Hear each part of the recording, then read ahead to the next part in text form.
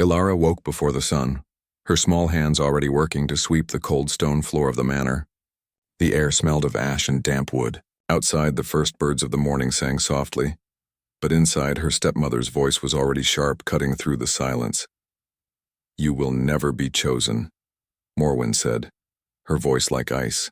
"Never. No man, no king will ever see you as worthy."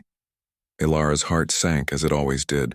She had heard the words countless times, yet they never seemed to lose their sting. She bowed her head, letting the broom sweep the dirt across the floor, pretending she had not heard.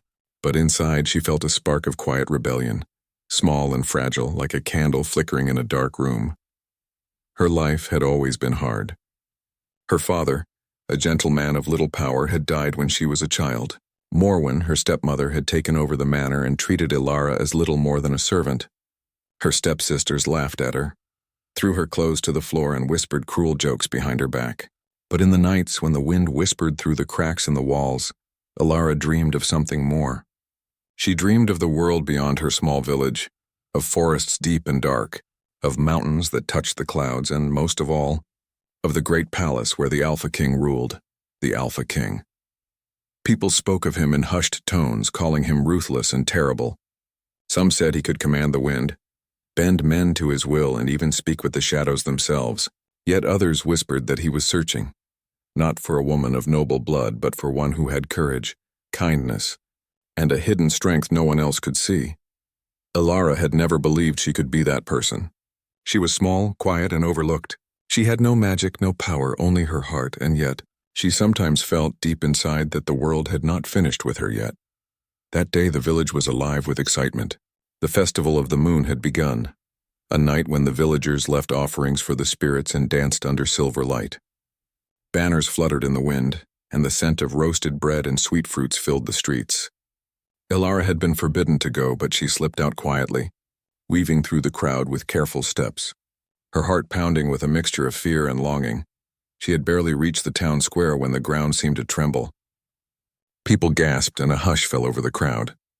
A horse of black fire-colored mane rode into the square, and atop it sat the Alpha King himself.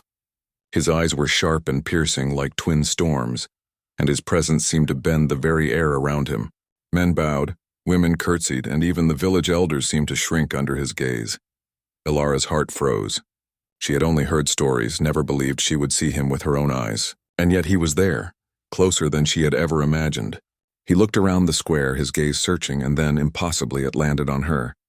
For a long moment, neither spoke. The world seemed to fall away.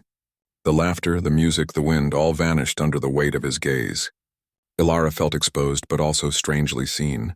It was as if he could look into her very soul and understand the small, hidden strength she had always tried to hide. "Who is that girl?" a villager whispered.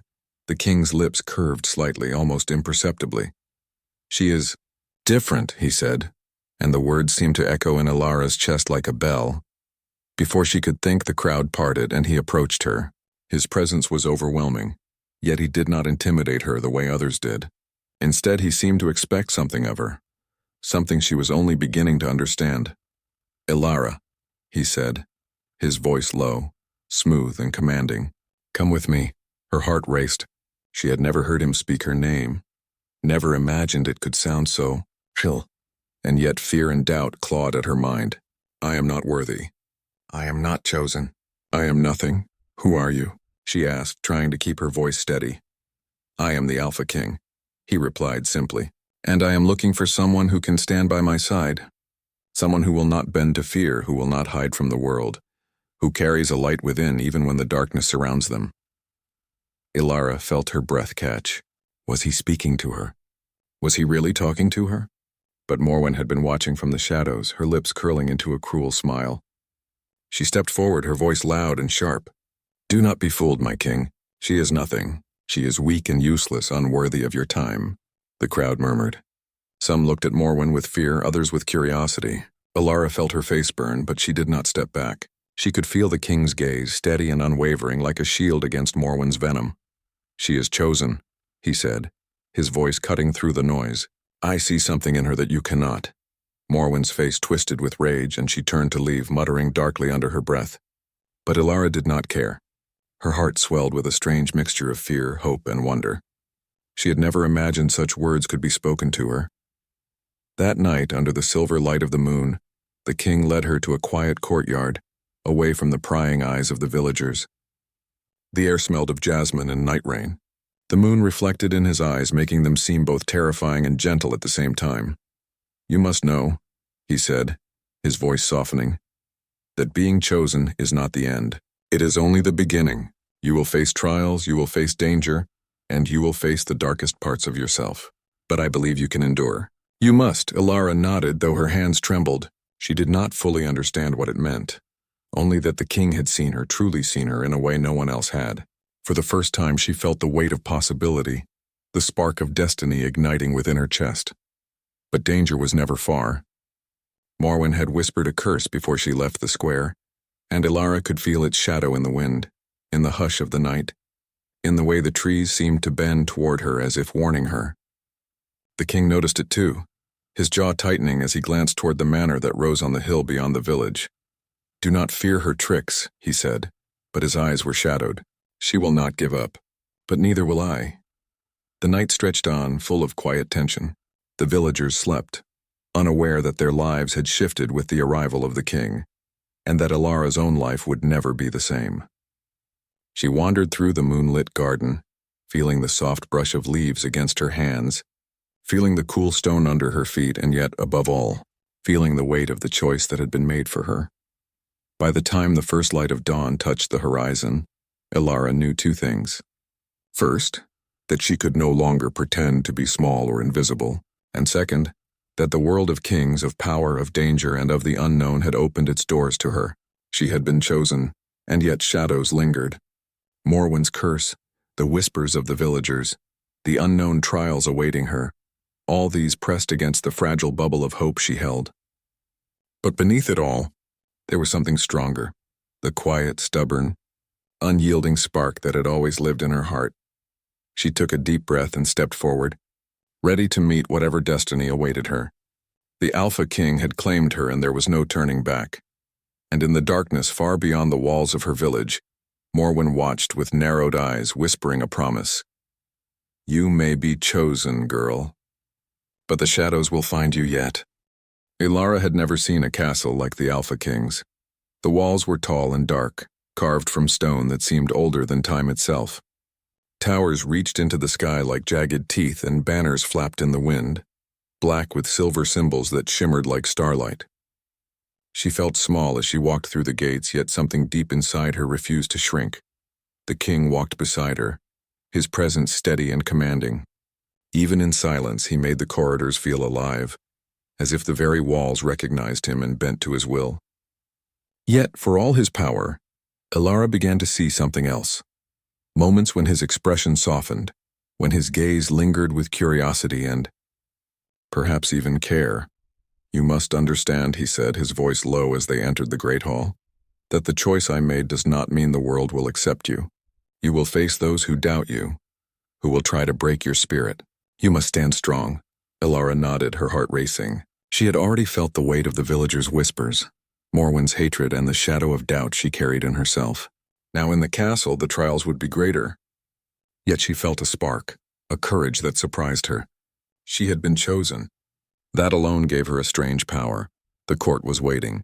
Nobles in richly embroidered robes watched her with curiosity, suspicion, and envy. Some whispered cruel jokes about her village origins, while others studied her closely, trying to see why the king had chosen her. Elara met their gazes steadily, refusing to bow or flinch. She was not yet strong, but she would not be broken. The Alpha King guided her to a quiet chamber lit by flickering torches. Shadows danced along the walls, and the air smelled faintly of jasmine and smoke. "Here," he said, "you will learn. You will face tests that will show your heart, your courage, and your strength." Elara's pulse quickened. "Tests?" she asked. "Not of skill alone," the king said, "but of character. Of who you truly are when the world presses against you. If you falter, you may fall. But if you endure, you will rise stronger than ever." The first trial came that very night. A shadowy mist filled the chamber, curling around her like a living thing. It whispered fears into her mind, that she was not worthy, that she would fail, that the king would regret choosing her. Ilara's hands shook and her breath came in short bursts. She wanted to flee, to hide from the darkness, but then she felt a warmth at her side. The king had not left her. He placed a hand on her shoulder, steady and firm. "You are not alone," he said. "Remember why you were chosen. Remember the light within you." Ilara closed her eyes and took a deep breath. She thought of her father's gentle voice, of the small acts of kindness she had done even when no one noticed, of the courage it had taken to save the child in the village square. Slowly, she reached out and touched the shadow mist. It shivered, then receded as if recognizing her strength. When the mist vanished, the king looked at her with a mixture of surprise and approval. "You have the heart I saw in you," he said. "Do not forget it." Days passed and Ilara grew stronger. She learned to walk through the castle without fear, to speak her mind with quiet confidence, and to see the truths hidden behind the masks of the nobles. She began to notice the small kindnesses of the king, how he listened when she spoke, how he allowed her choices, how his rare smile seemed reserved just for her. Yet the shadow of Morwen's curse lingered. One evening, as Ilara wandered the castle's moonlit gardens, she felt a cold wind that carried whispers of danger. The plants twisted unnaturally and shadows seemed to take shape. Her steps faltered, but before panic could take her, the king appeared, his presence cutting through the darkness like a blade of light. "You feel her magic," he said softly. "The curse is not yet broken, but we will face it together." Ilara nodded, her hand brushing his. A strange warmth spread through her chest, and for a moment, fear and longing mixed in a quiet tension. She had never imagined a bond like this, one of trust, respect, and something more, something that made the heart ache and flutter all at once. The next test came in the form of a labyrinth within the castle itself.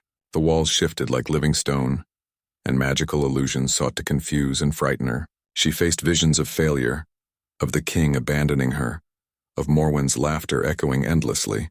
But each time she forced herself to remember his words. "You are not alone. You have the light within you." Hours passed.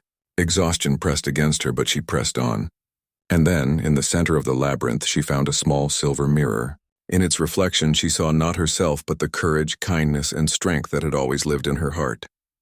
She realized that being chosen was not about birth, beauty, or wealth. It was about truth, about standing firm when the world tried to bend you. The king appeared behind her. "You have learned what many never do," he said. "Your strength is not in your body or even your skill, but in your heart. That is why I chose you." Ilara felt a surge of emotion. For the first time she believed that she could stand beside him, not as a shadow, but as an equal. Yet as the words left the king's lips, a new darkness stirred. A whisper of warning carried through the corridors, a reminder that Morwen's curse had not been defeated, only delayed.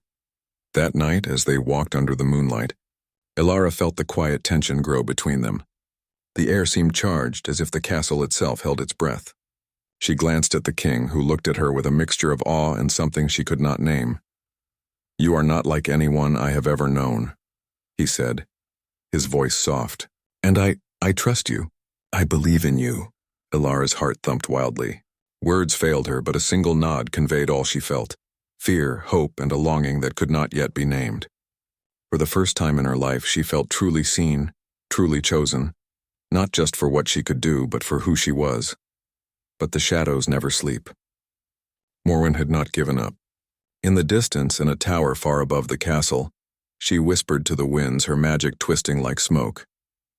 "You may have claimed her, king, but the girl's path will not be easy.